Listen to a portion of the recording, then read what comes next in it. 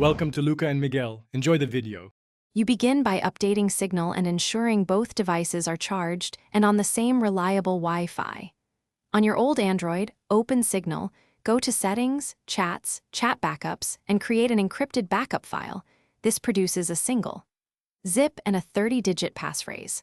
Once done, copy that backup file to the Downloads folder on the new phone via USB or SD card. Make sure to keep the passphrase accessible. You will need it exactly as shown to decrypt the backup during restore.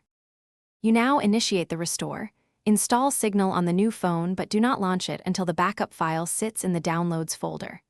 Launch Signal and follow verification steps for your phone number. When the app detects a local backup, it will prompt you to restore. Select Restore Backup, paste the 30-digit passphrase exactly, and grant storage permissions so Signal can decrypt and import messages and media.